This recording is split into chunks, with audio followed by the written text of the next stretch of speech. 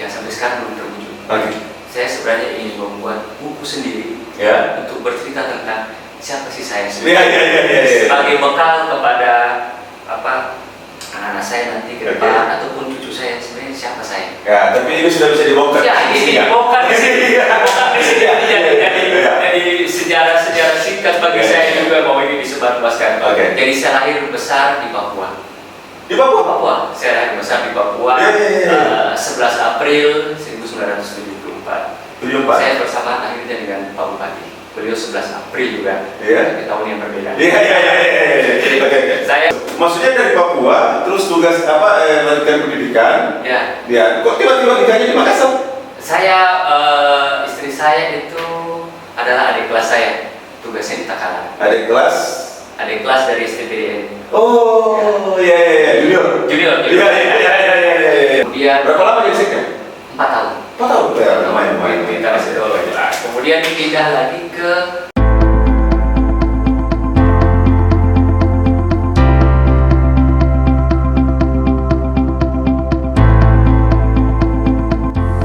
Kupas Tuntas.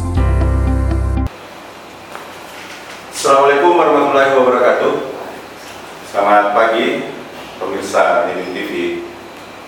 Kali ini kami muncul lagi dengan program seperti biasanya, program Kupas Tuntas OPD.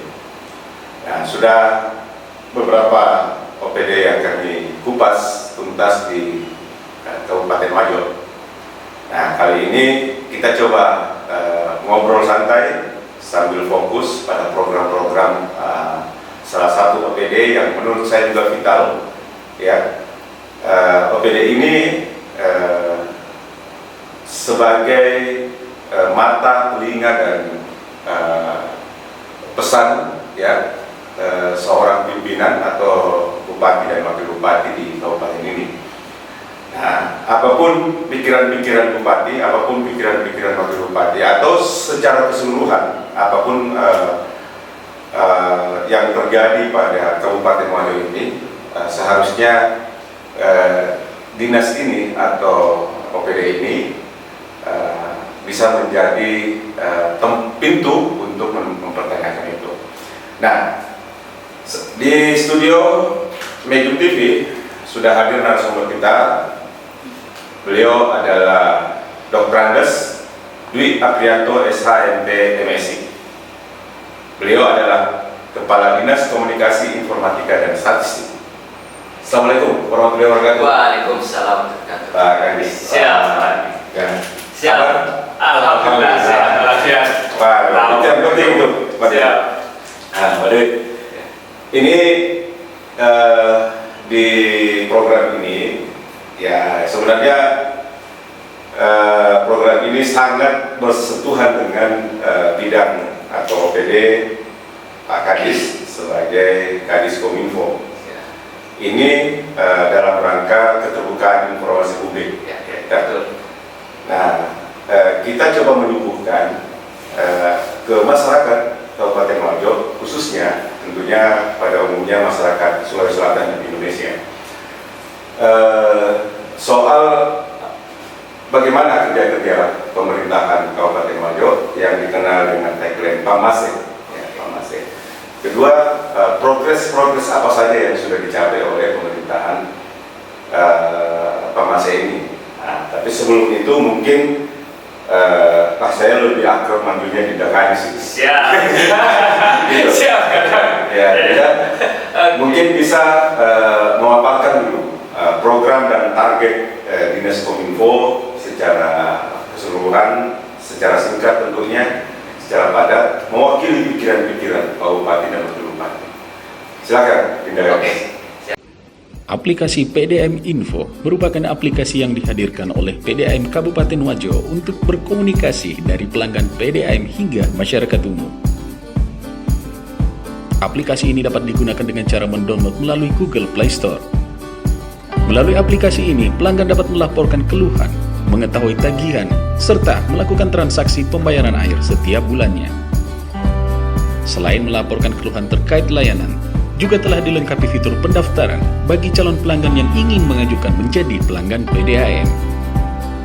Dengan berbagai fitur yang tersedia di aplikasi ini, diharapkan semakin memudahkan dan meningkatkan pelayanan PDAM, khususnya bagi pelanggan PDAM di Kabupaten Wajo. Assalamualaikum warahmatullahi wabarakatuh. Tabe, masyarakat Kabupaten Wajo khususnya pelanggan PDAM, jika ingin membayar tagihan tak atau ada aduan mengenai air bersih PDAM, silahkan download aplikasi PDAM Info untuk memudahkan pembayaran tagihan serta aduan pelanggan. Terima kasih. Assalamualaikum warahmatullahi wabarakatuh.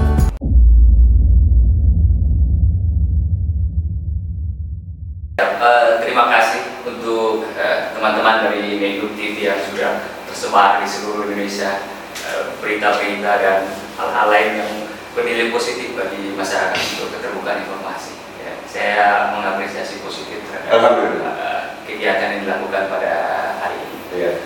Dinas Komunikasi dan Informatika dan Statistik Kabupaten Wajo, saya diberi amanah pada bulan Juli. Bulan Juli 2020. Oh, 2020. Oleh Bapak Bupati Wajo kepada saya. Terus terang, saya awali dulu dengan cerita bahwa saya sebenarnya adalah pendatang. Oke. Pendatang. Biasanya orang adalah semakin ke daerah, itu adalah primordialnya semakin tinggi.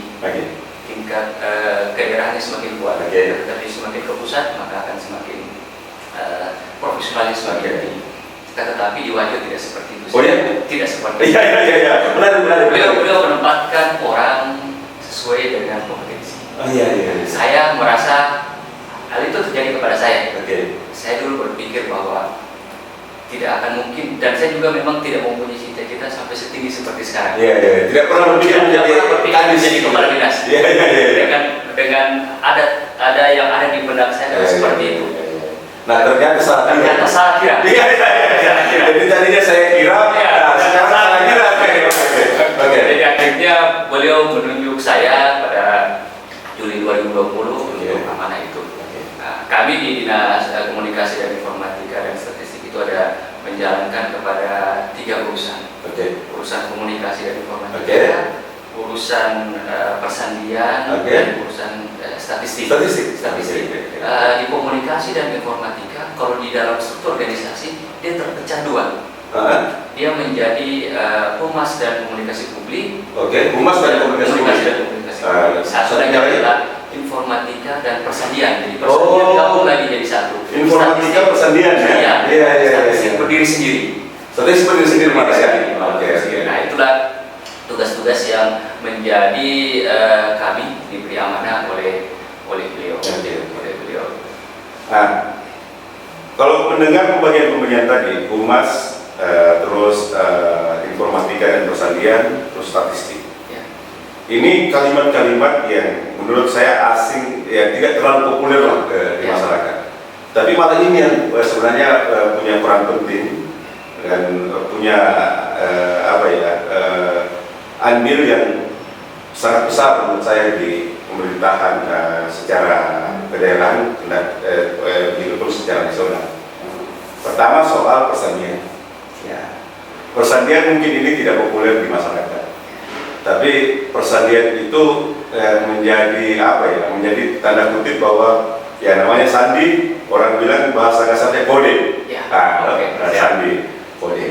Nah, kedua soal statistik.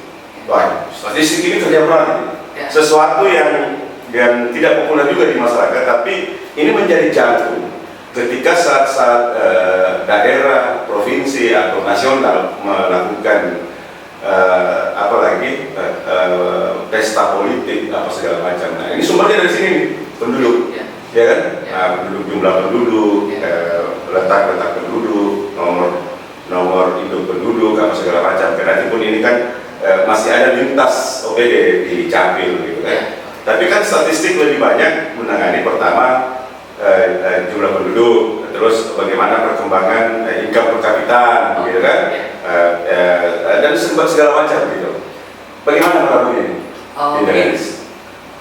Saya alhamdulillah karena saya mempunyai agak background terkait dengan statistik. Oh, Statistik iya, iya, iya. bukan dalam artian saya berpendidikan sarjana statistik, Iya, iya. tapi saya perencanaan kota. Perencanaan kota. Dari UGM, S2 perencanaan kota dari Oh, UGM. iya, iya. Kemudian saya diberikan amanah sekitar 4 kali saya jadi kepala bidang perencanaan makro di Bapeda. Dengan nama Iya. dengan nama yang berbeda-beda. Iya. Itu mengurusi terkait dengan data dan Data, informasi betul. perencanaan pembangunan Oke. ke depan. Nah, Oke. itulah yang mungkin menjadi Bekal ya. bekal Ya. bagi saya, dan itu mungkin menjadi amanah oleh Pak Bupati kepada saya. Jadi pertama mulai dari persandian tadi. Oke, persandian. Beliau sampaikan mengenai persandian. Persandian itu kita diharapkan data-data yang tadi dibuat oleh statistik Oke. itu aman, Ya. aman, Oke, betul. tidak jebol, Tidak jebol. tidak jebol. Nah, berarti dengan bahasa apa segala macam Ya. dengan sandi-sandi orang sudah paham. Sudah paham. Oh, Ya. maksudnya ini loh. Ya. Nah, oke. Kemudian kedua itu menjadi laporan penyelenggaraan pemerintah daerah. Oke. Bapak Bupati selalu dinilai terkait salah satu indikator untuk di persandian adalah salah satu tadi sandi, Ya. bagaimana keamanannya. Jadi ketika misalnya keamanan dalam artian informasi. Ya. Jadi kita memakai jammer untuk mengamankan. Jadi contoh seperti kita di sini Ah. ada suatu kegiatan, Ya. kita memakai jammer. Ya. Jammer itu untuk mengunci bahwa tidak ada informasi yang keluar. Ya, tidak ada yang bocor. Tidak ada bocor. Oke. Itu kita memakai jammer. Itu adalah salah satu di Tugas tugas di persandian, ya. persandian. Oke. Selain mengamankan Data. terkait dengan data-data, Oke. data-data apakah yang mau dihacker dan lain-lain. Itu di persandian. Kalau di statistik, statistik ada perintah Jokowi. Perintah Jokowi mengamanatkan bahwa kita akan menuju satu data yang bisa. Satu data Satu Indonesia. data yang bisa. Oke. Satu Terus, data yang bisa itulah kami terapkan di Kabupaten Bajo. jadi terintegritas Terintegritas dari pusat, dari provinsi, dan daerah. ke daerah. Kami sudah membuat portal satu data Kabupaten Bajo. Jadi Portal tiap satu rumah semua data-data bisa dilihat di situ.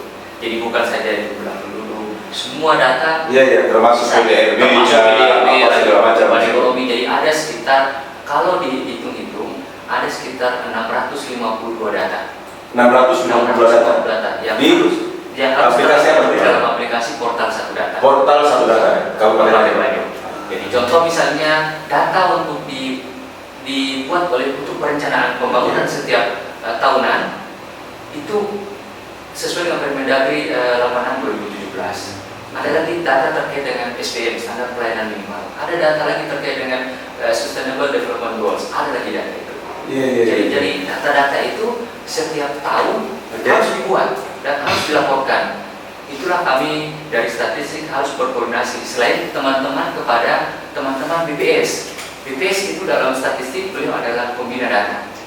Kami di Kabupaten di Dinas Kominfo adalah wali data. Ya, itu kan vertikal ya? Vertikal. Ya, vertikal. Kami di daerah sebagai wali data. Ah. Kemudian teman-teman dari Bapeda adalah wali data pendukung. Kemudian teman-teman dari OPD sebagai penyuplai data itu adalah produsen data. Oke, Jadi oke. itu saling kait-kait mengait satu dengan satu dengan yang lain. Jadi agak Berarti sekarang ini masyarakat Indonesia, masyarakat Wajo pada khususnya sudah sangat gampang kalau mau membaca, mau mengetahui data-data. Ya, berarti pemirsa Medium TV mau tahu data Kabupaten Wajo secara keseluruhan, sudah tidak perlu lagi keliling OPD, tidak perlu lagi keliling melihat di lapangan, tapi cukup membuka portal satu data Wajo. Semua data, ada 625 data jenis data di situ disiapkan oleh pemerintah Kabupaten Wajo yang dimotori oleh Dinas Kominfo. Wah, luar biasa ini Dinda, guys. siap. Oke. Dinda, kita sudah cerita tadi soal bagaimana Dinas Kominfo berperan dalam membantu Pak Bupati pikiran-pikiran dan visi misi sebagai pemerintahan yang mengusung tagline Pemasin. Nah, tadi juga sudah diceritakan bahwa Dinda Kadis ini, Dinda Dwi ini tidak pernah berpikir bahwa saya bisa jadi memegang eselon 2 di daerah orang. Ya. Nah, ternyata pemerintahan sekarang itu betul-betul bekerja profesional. Nah, mungkin masyarakat Wajo belum banyak tahu soal siapa sebenarnya Pak Dwi. Bagaimana masa kecilnya? Kenapa bisa tiba-tiba ada di kepala dinas? Mungkin bisa berbagi cerita kepada masyarakat Wajo bahwa biografi Pak Dwi itu sebenarnya gimana? Oke, silakan. Ya. Terima kasih. Jadi ini cerita ini saya dulu mempunyai cita-cita bahwa yang sampai sekarang belum terwujud. Saya sebenarnya ingin membuat buku sendiri untuk bercerita tentang siapa sih saya sebenarnya. Sebagai bekal kepada anak-anak saya nanti ke depan ataupun cucu saya sebenarnya siapa saya. Ya, tapi ini sudah bisa dibongkar. Ya, ini dibongkar di sini. Jadi sejarah singkat bagi saya juga bahwa ini disebarluaskan. Jadi saya lahir besar di Papua. Di Papua? Papua. Saya lahir besar di Papua. 11 April 1974. Saya bersama akhirnya dengan Pak Bupati. Beliau 11 April juga. Di tahun yang berbeda. Saya 6 bersaudara, saya anak kedua. Anak kedua. Saya lahir besar di Papua, SD, SMP, SMA saya di Papua. Papua, Jayapura. Jayapura. Waktu masih dulu namanya Irian Jaya. SD, SMP, SMA di sana. Kemudian saya lanjutkan D3 saya di STPDN Bandung. Kemudian lanjut setelah selesai di sana D3 saya 95, saya tugas di Jayawijaya. Jayawijaya itu adalah kalau teman-teman melihat nonton di televisi adalah saudara-saudara kita waktu itu adalah yang memakai koteka. Yang paling primitif lah menurut saya.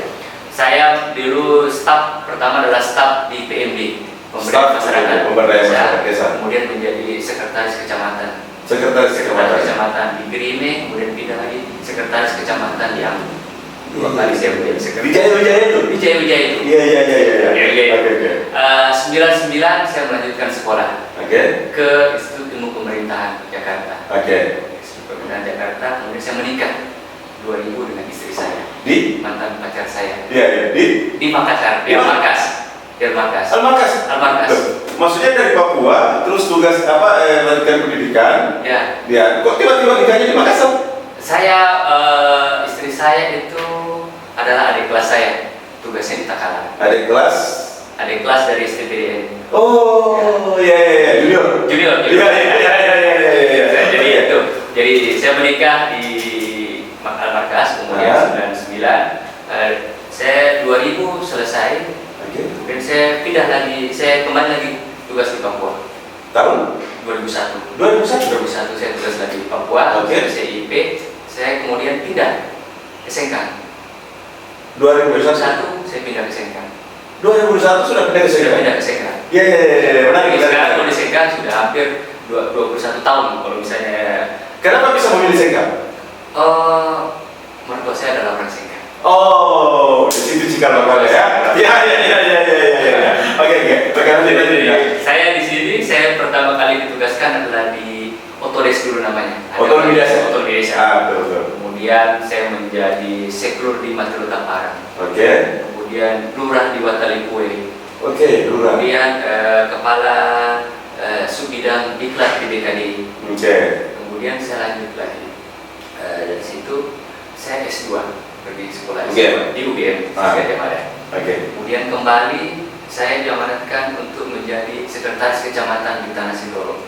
Sekcam di Tanah Sindoro. 2 kali pergantian eselon, 2 kali pergantian camat ataupun pergantian eselon dulu. Sekcam eselon 4, kemudian naik jadi eselon 3. 2 kali saya di situ juga. Kemudian berapa lama jadi sekcam? 4 tahun. 4 tahun. Lumayan. Di Tanah Sindoro. Kemudian pindah lagi ke Bapeda. Perencanaan. Yang tadi itu. Jadi 4 kali di situ pindah dalam jabatan yang sama tapi nama jabatannya berbeda-beda terus. Kemudian jabatan yang sama, eselon yang sama. Nama jabatan berubah, saya ditaruh di situ. Nama jabatan berubah, saya lagi di situ lagi. Kemudian kepala bidang penanaman modal di pelayanan terpadu. Kemudian menjadi inspektur pembantu wilayah 4 di inspektorat. Inspektorat. Kemudian terakhir beliau memberikan amanah kepada saya untuk menjadi kepala OPD itu. Jadi dari inspektur langsung diamanahkan menjadi kadis. Inspektur pembantu, ada pembantunya. Inspektur pembantu. Apa itu maksudnya? Karena kalau inspektur pembantu, kalau inspektur itu kepala OPD-nya. Iya. Kalau inspektur pembantu di bawahnya. Sekretaris? Bukan. Jadi dia di bawahnya. Saya mau tahu dengan dia. Ya, Oke. Jadi kalau di dalam struktur organisasi, inspektur di atas, Ya. kemudian sekretaris, di bawahnya adalah inspektur pembantu. Oh. Dan eselonnya sama dengan sekretaris. Sama dengan sekretaris. Iya. Artinya sekretaris itu clear tugas dan namanya secara administrasi dan ya, tapi inspektur pembantu ini membantu Pak Inspektur. membantu inspektur untuk mengevaluasi kerja-kerja auditor apa segala macam itu kan. Oke. Ya. Luar Jadi biasa. beliau memberikan amanah Kadis. kepada si Kadis. Anak saya 3. Tiga. Saya 3. Lahirnya di Sengkang semua. 1 di Makassar. 1 di Makassar, 2 di Sengkang. 2 di Sengkang. Yang pertama sekarang lagi kuliah di Turki. Oh, Lagi di Turki. Di Turki? Kemudian sekarang pindah lagi ke Polandia. Polandia lagi. Studi S1. S1. S1 hukum hubungan internasional. HI. Yang kedua kuliah di Unhas. Yunhas. Di perencanaan kota. Yang ketiga masih JNCB. Ya. Coba sedikit sih. 2 laki. 2 laki, 1 cewek. Cukup. Kan ibu itu Pegawai. junior, berarti pegawai dong, clear ya. Pegawai. Tugasnya di sini juga. Tugas di sini. Beliau adalah sekretaris Bapaknya. Luar biasa. Siap. Betul. Perjalanan singkat yang mungkin di sini diceritain. Ya. Sebenarnya saya mau tulis di buku. Ya, lahir di Papua. Lahir di Papua. Aslinya di mana? Saya asli Jawa. Jawa Timur. Jawa Timur di mana? Saya di Tuban. Tuban. Ibu bapak Tuban. Tapi mereka menyebut saya itu, kalau kita di Papua sebut kita adalah Mujair. Muka Jawa Irian. Iya. Itu istilah bagi kami ketika di sana disebutnya Mujair. Muka Jawa. Tapi lahir di Papua ya? Lahir di Papua. Kenapa bisa orang tua dari Papua? Bapak saya itu pegawai Departemen Agama. Oh. Itulah yang kadang menginspirasi saya karena waktu 63 beliau pindah ke 1963. Oke. Pertama kali beliau jadi pegawai. Iya. Beliau disuruh memilih apakah mau di Jakarta atau mau di tempat lain. Ya. Beliau memilihnya di Papua.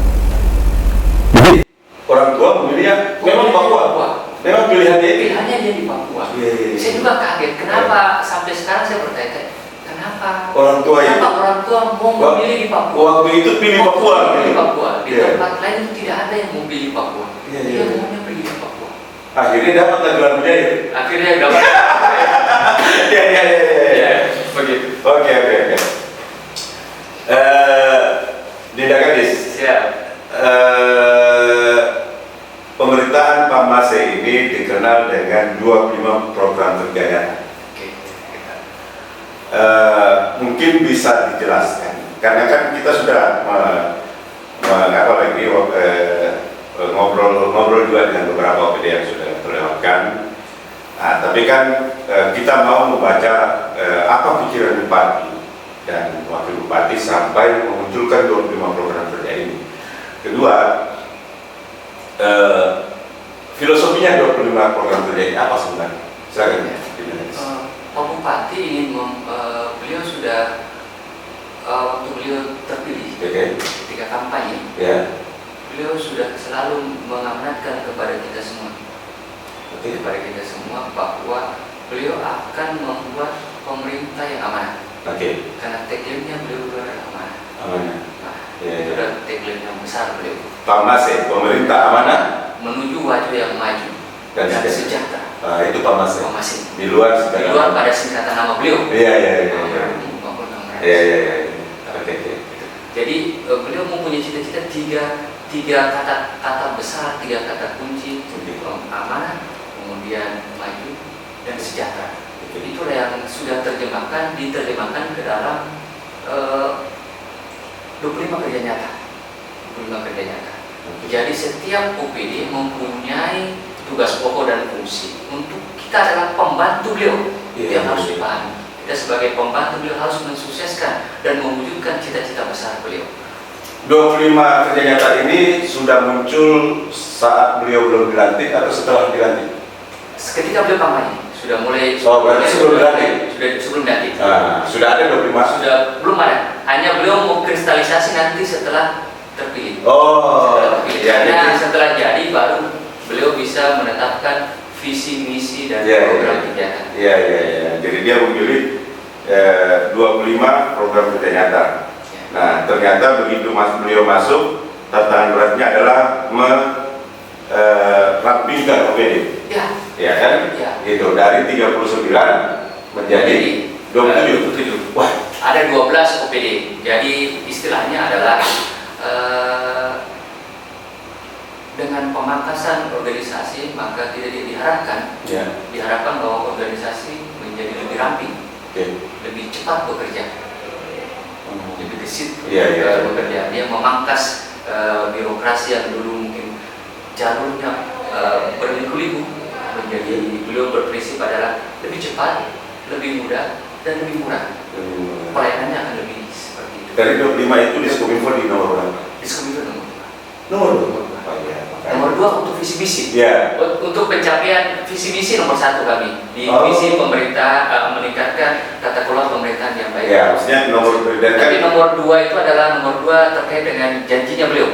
Beliau berjanji adalah untuk e-government. Kami mensuplai di e-government itu.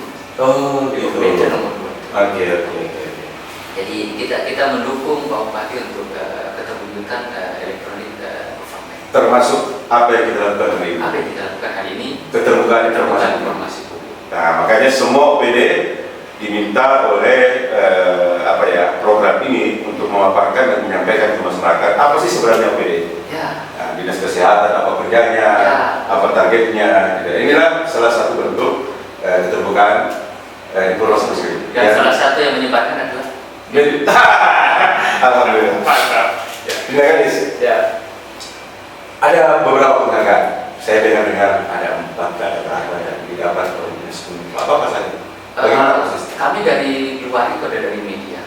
Dari Jakarta, kami dapat dari AdWords. Itu Bapak Bupati diwawancara oleh mereka. Dengan keterbukaan informasi selama ini dilakukan di media-media. Akhirnya kami terpilih untuk mendapatkan penghargaan. Itu penghargaan yang kedua dari media yang ada di Jakarta. Kemudian penghargaan ketiga adalah kita dikasih oleh Komisi Informasi Publik yang tadi beliau sampaikan terkait dengan keterbukaan informasi. Dulu sebelum saya menjadi kepala Dinas Kominfo, kita ditulis oleh teman-teman diceletuki oleh teman-teman dari Komisi Informasi bahwa Wajo itu pelit informasi. Istilahnya ini pelit. Dengan adanya saya dikasih amanah, saya rubah semua itu, kita akhirnya menjadi peringkat 5 di keterbukaan informasi dari peringkat 20. Peringkat 20 menjadi peringkat 5. Keterbukaan informasi publik dari Komisi Keterbukaan Informasi Publik Provinsi. Kemudian yang terakhir adalah kita mendapatkan indeks sistem pemerintahan berbasis elektronik itu kita peringkat ke-3 di Sulawesi Selatan. SPP, sistem pemerintahan berbasis elektronik, itu yang janjinya Pak Bupati adalah kita akan mewujudkan pemerintahan yang berbasis elektronik. EGOV itu adalah janji beliau dan kami sudah menuju ke arah situ. Dan malah tahun ini kemarin beliau di bulan April beliau sudah di asesmen oleh Kementerian Kominfo dan tim asesmen lainnya. Tahun ini kami ditunjuk lagi 3 dari kabupaten kota di seluruh Sulawesi Selatan kita ditunjuk untuk menjadi smart city. Smart city di Sulawesi Selatan. Itu akan kejadian yang akan dilakukan pada tahun 2023. Jadi kalau saya melihat itu ada beberapa OPD yang kita sudah wawancarai di Kupas Tuntas ini, memang semua berbasis elektronik. Saya bertanya-tanya kadang-kadang, kalau semuanya itu berbasis elektronik, berarti penggunaan data seluler di Wajo mungkin paling terbanyak. Ya. Karena mereka ngumpul di situ semua memakai basis data ya kan, Oke. elektronik apa segala macam. Berapa biaya untuk itu sebulan? Kita merincinya setahun. Setahun. Setahun. Dulu anggaran itu adalah tersebar ke setiap OPD. Oke, ya makanya saya tanya, sini pas berpusat. Dulu tersebar di OPD. Iya. Saya kan mengajukan saran kepada beliau Bapak Bupati Iya. bahwa di dalam laporan penyelenggaraan pemerintah daerah, salah satu indikator di bidang komunikasi Iya. itu adalah berapa jumlah jaringan internet yang disediakan oleh Dinas Kominfo. Iya. Nah, makanya Dinas Kominfo. Jadi cocok dengan pendapat bahwa harus terpusat. Iya, Saya terpusat. kepada beliau terpusat lagi. Iya. Beliau setuju. Oke. Akhirnya terpusat ke Nah, Kominfo. 1 tahun butuh berapa? 1 tahun kami anggarkan 1,9 miliar. 1,9 miliar 1,9 miliar untuk pembayaran internet internet saja. seluruh Kabupaten Wajo, khusus untuk OPD plus kecamatan. Plus kecamatan. Plus kecamatan kami kasih. Oh, dari berarti 14 ya? 14 kecamatan tambah 27 OPD. Tambah 27 OPD. 27 OPD, 27 OPD ya? Ya, 27 OPD kan? Ya. Itu semua memakai jaringan itu kan? Jaringan di Kominfo. Nah, makanya saya memang beberapa OPD yang kita Medium TV sudah wawancarai soal ini, memang rata-rata arah pembicaraan itu aplikasi memudahkan masyarakat, semuanya serba elektronik. Ya. Jadi ya tidak, memang menurut saya sih masih kurang kalau 1,9 itu mau mengcover semuanya secara maksimal. Ya, berarti saya kemarin sempat apalagi cerita-cerita soal izin dan apa segala macam, termasuk provider, banyak provider. Ya. Wah, ternyata intensitas kerja-kerja provider di sini dua aja malah besar ya Pak Kadis. Kami di sini ada 11 provider. 11 provider. Menara yang terbangun 142 menara. Provider 11 apa saja? 11. Jadi mulai dari Telkomsel, Indosat, Excel kan? Excel aja. Dan banyak lainnya. Tapi bagus itu saya bersyukur walaupun di tengah 142 itu menara, masih ada juga daerah-daerah kami yang tanda kutip itu menjadi tantangan berat dan menjadi beban bagi saya. Itu merupakan suatu tanggung jawab saya untuk bagaimana mereka juga bisa menikmati jaringan internet. Menikmati jaringan internet.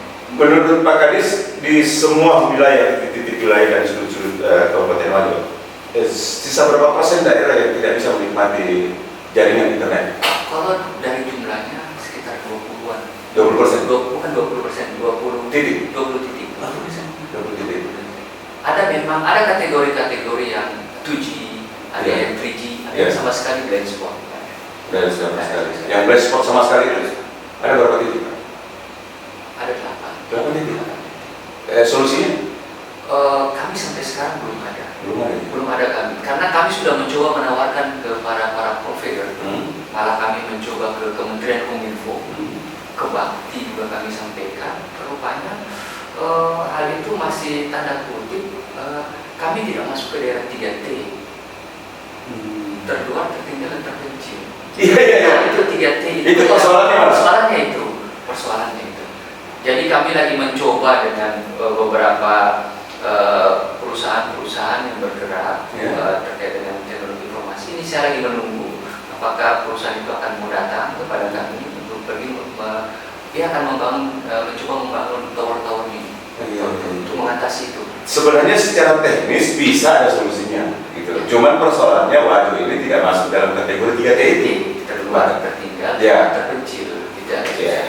Karena itu amanat dari sana bahwa yang diprioritaskan oleh pemerintah adalah untuk sementara adalah 3T. 3T itu. 3T dan Ya. kita harus mengerti itu. Ya, Bina Kadis. Tadi sempat menyinggung Smart City. Strategi apa yang Bina Kadis siapkan untuk mewujudkan Smart City? Saya walaupun kegiatan itu akan dilakukan pada tahun depan, Ya. 2020. Makanya strateginya ini bisa Saya mulai kisi-kisinya. mencoba. Pertama adalah sepele. Saya ingin tahu Smart City itu apa sih? Ya. Smart City apa? Jadi saya download di internet, saya baca apa yang akan dilakukan oleh Kementerian Kominfo untuk 4 kali rapat di Kabupaten Wajo apa sih yang dibicarakan. Iya. Jadi saya mulai menyusun, anggota saya sudah mulai menyusun SK, rancangan SK tentang tim Dewan Pengembangan Smart City. Oke. Kemudian persetujuan keikutsertaan untuk menjadi Smart City. Oke. Kemudian saya mulai mencoba untuk mengumpulkan OPD-OPD karena ada namanya nanti Smart Living, ada Smart Performance, Oke. ada kemudian Smart Branding. Saya mulai mengumpulkan Smart Performance, saya mulai mengumpulkan OPD-OPD itu. Oke. Sebenarnya apa sih yang akan dikerja dengan mereka untuk mendukung Smart City? Oke. Saya mulai mengumpulkan semua berbagai dokumen dan pikiran-pikiran mereka sebelum datang Kementerian Kominfo. Jadi saya punya cita-cita dalam Kementerian Kominfo datang, kita sudah tahu mau ke arah mana ini Wajo ke depan. Contoh misalnya di e-government, yang di smart government. Sekarang pembayaran kemarin disampaikan oleh pakai kris loh, pembayarannya pakai elektronik. Nah, ada lagi uang tangan ke tangan. Iya. Kita sudah boleh terapkan di beberapa. Tidak ada transaksi tunai, tapi semua transaksi non tunai. Itu salah satu yang pencegahan. Kita ingin menjadikan itu smart city-nya. Jadi strateginya salah satunya adalah mengumpulkan data dan semua OPD, bagaimana sih pikiran-pikiran mereka soal smart city, gitu kan? Ya. Nah, terus kedua soal apa sih yang target-target yang telah dibicarakan oleh Kementerian Kominfo semenjak selalu turun ke Wajo untuk program smart city ini. Jadi kita harapkan di 2023 kita sudah tinggal lagi. Sudah ada begitu. Iya. Intinya sebelum sampai ke situ kita sudah siapkan semuanya, sudah ready, begitu datang langsung aja kata caplas. Mantap. Tidak sampai sejauh ini apa tantangan terberat menjadi kepala dinas? Kalau saya ibaratkan dinas komunikasi dan informatika adalah rumah tangga. Biasanya ada anak-anak yang nakal-nakal. Iya. Ada begitu. Itu mungkin karena budaya kerja masih belum tertata dengan baik bagi mereka. Maksudnya jiwa pelayan itu belum ada terlalu mendalam bagi mereka. Itulah yang saya coba untuk merubah pola itu. Kemudian ketika mereka berada dengan zona nyaman, zona nyaman itu yang agak susah juga. Kalau dalam posisi di kantor, posisi di kantor adalah kita agak susah merubah sesuatu dari zona nyaman ke arah zona yang lebih profesional dan bekerja. Terus ada konsep nggak untuk mencoba merubah perlahan-lahan kondisi itu? Saya mencoba dengan memberikan contoh. Memberikan Contoh teladan, karena kadang kita dulu berpikir bahwa seorang pemimpin harus menjadi teladan bagi yang di bawah. Contoh seperti hadir tepat waktu, selesaikan pekerjaan tepat waktu, kerapian, dan lain-lain itu menjadi contoh supaya dilihat. Sama seperti beliau sekarang posisi ganteng, orang susah cari. Itu Tommy benar. Nah, jadi menurut saya tantangan terberat menjadi kadis ya terkadang kita dapatkan yang semacam rumah tangga atau itu anak-anak yang tidak mau mendengar atau anak-anak yang tidak paham sebenarnya apa maunya orang tua. Nah, seharusnya memang kita menempatkan diri sebagai leader dan kita di sisi lain juga